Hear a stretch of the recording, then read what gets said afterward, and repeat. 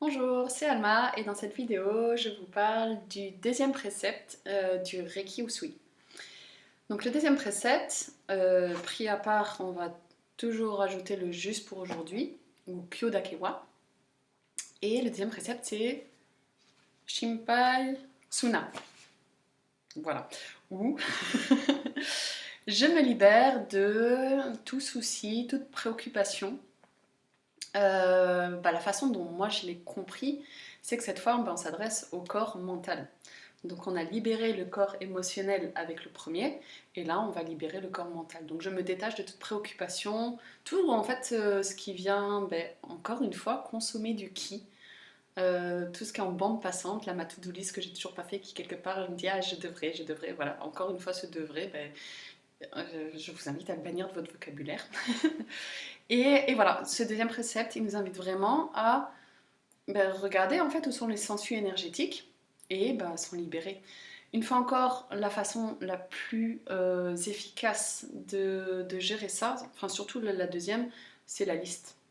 C'est vraiment, asseyez-vous, faites la liste de tout ce qui vous préoccupe et encore une fois, sit with it, asseyez-vous avec, et quelque part le scénario va se jouer, et soit au final c'est pas si important et laissez tomber, et c'est vraiment ce qui va se passer, et vous allez vous libérer en mode mais pourquoi ça me prend la tête alors qu'en fait je le ferai jamais, et j'ai pas besoin de le faire. Mais oui. Ou alors ça vous prend la tête parce que justement vous n'avez pas pris le temps de considérer, de trouver le moyen d'action pertinent, et qui va voilà, régler la chose tout de suite. Et voilà, vous avez pas pris ce temps-là, donc prenez-le et les choses vont se dénouer, et hop, au final, c'est ça la solution.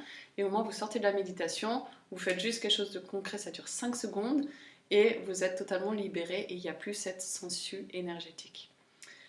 Donc, au final, celui-là, il est assez simple, je trouve. Il n'y a pas trop de, à mon sens, perte dans les traductions. Mais encore une fois, explorez avec votre cœur. C'est vraiment ça le principe de je considère dans mon cœur, matin, soir, et voyez si ça résonne à un moment donné différemment. Enfin, les préceptes, c'est vraiment quelque chose qui se vit, qui s'expérimente et qui... ça va évoluer en fait au cours de votre pratique. C'est-à-dire qu'une première fois, vous allez comprendre d'une certaine manière, et à force de les avoir comme boîte à outils en permanence, et la vie parfois va vous montrer, dire bah tiens, là, est-ce que ça viendrait pas résonner ou titiller tel précepte, et vous allez en découvrir un nouvel aspect. Donc mon invitation, c'est vraiment de toujours en fait être prêt à les reformuler, à les explorer, à avoir d'autres facettes. Et voilà, donc pour le second précepte, c'est Kyodakewa Shinpai Suna.